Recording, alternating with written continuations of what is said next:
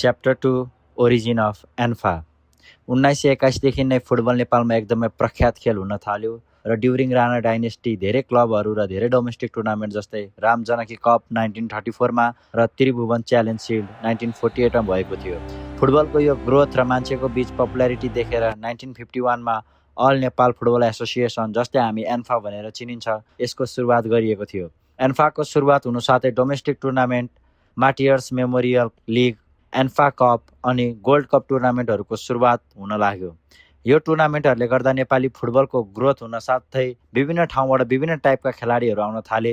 यी गेमहरूले गर्दा नेपाली खेलाडीहरूको ग्रोथ र डेभलपमेन्ट निकै नै हुन थाल्यो, जसले गर्दा फुटबल पपुलर हुनुको साथै घर घरमा चिनिने एउटा गेम पनि भयो। Despite lack of kit, boot, equipment, coach अनि अरू इम्पोर्टेन्ट कुराहरू, नेपालीहरूले आफ्नो मेहनत र प्यासनले गर्दा नेपाललाई नेसनल लेभलसम्म पुर्याए।